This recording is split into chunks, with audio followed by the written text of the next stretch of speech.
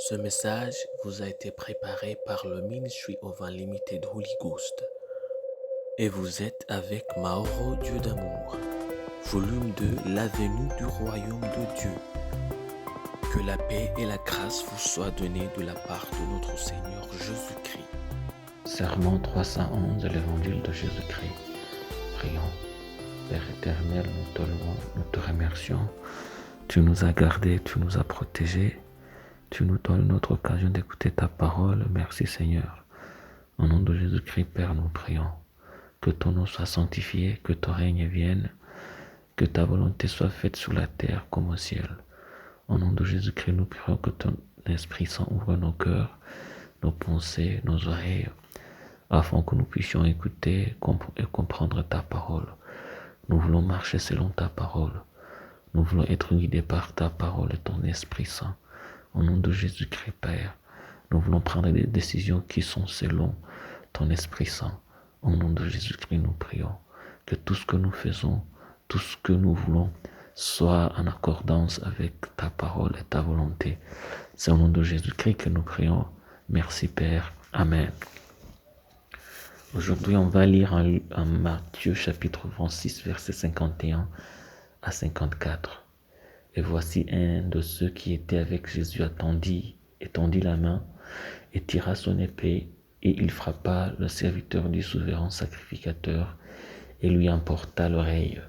Alors Jésus lui dit, remets ton épée à sa place, car tous ceux qui prendront l'épée périront par l'épée.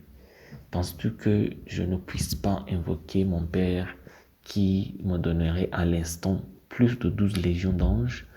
Comment donc s'accompliraient les Écritures, d'après lesquelles il doit en être ainsi? Ça, c'est en Matthieu chapitre 26, versets 51 à 54. L'utilisation de la force physique pour l'Évangile. Depuis les premiers enseignements du Christ, Jésus n'a jamais été quelqu'un qui avait faim de pouvoir, de louange ou d'acceptation. Il savait qui il était, et ce que les gens pensaient de lui ne signifiait rien aussi peu. C'est la raison pour laquelle il n'a jamais voulu plaire aux hommes ou à leurs dirigeants. Il a voulu plaire à son Père. C'est la raison pour laquelle il a encouragé ses disciples à être heureux quand ils seront haïs pour lui, ou à cause de lui. En Matthieu chapitre 5, versets 11 à 12, la Bible nous dit « Heureux serez-vous lorsqu'on vous outragera, qu'on vous persécutera et qu'on dira faussement de vous toutes sortes de mal à cause de moi.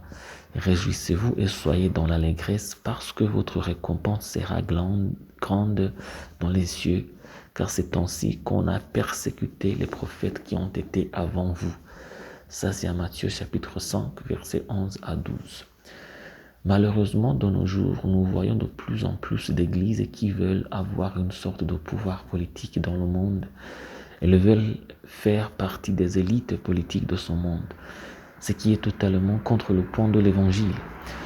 Nous sommes chrétiens, nous n'avons pas notre place ici. Ce monde n'est pas notre maison. Pas étonnant que Jésus n'ait jamais essayé de renverser ces royaumes avec la puissance militaire ou avec la puissance de son Église, mais avec l'amour. Il n'a tué personne, il n'a maudit personne, il n'a haï personne. Il n'appartenait à aucun parti politique ou juif. Il ne faisait que prêcher l'évangile de l'amour en toute humilité. Nous sommes supposés prendre le même exemple. Nous ne forçons personne à croire en Dieu. Nous ne cherchons pas à exercer un pouvoir politique sur nos ennemis. Nous tenons avec la vérité. Nous tenons avec la vérité. Nous tenons avec l'évangile en toute humilité et sujettions-nous sous la puissance du Dieu vivant. Prions. Père éternel, nous te louons, nous te remercions par ta parole. Au nom de Jésus-Christ, nous prions que ton nom soit sanctifié, que seul ton royaume vienne, que seule ta volonté soit faite sur la terre comme au ciel. Au nom de Jésus-Christ, Père céleste, nous prions de nous accorder un cœur humble qui cherche ton royaume et ta justice, au lieu de chercher la gloire de ce monde. C'est au nom de Jésus-Christ que nous prions. Amen. La promesse d'aujourd'hui, on va la trouver en Jean chapitre 2, versets 16 à 17. où la Bible nous dit, car tout ce qui est dans le monde, la convoitise de la chair, la convoitise des yeux et l'orgueil de la vie ne vient point du Père, mais vient du monde. Et le monde passe et sa convoitise aussi. Mais celui qui fait la volonté de Dieu demeure éternellement. Ça, c'est en 1 Jean chapitre 2, versets 16 à 17. Que Dieu vous bénisse d'avoir écouté sa parole. Que vous bénisse d'avoir pris ce temps pour écouter sa parole. Je prie pour vous que Dieu vous remplisse de son Esprit Saint. Je prie pour vous que Dieu vous remplisse de sa parole. Je prie pour vous que Dieu vous remplisse de son amour. Je prie pour vous que Dieu vous remplisse de l'humilité, de la sainteté. Au nom de Jésus-Christ, je prie pour vous que vous soyez guidés par l'Esprit Saint dans tout ce que vous faites.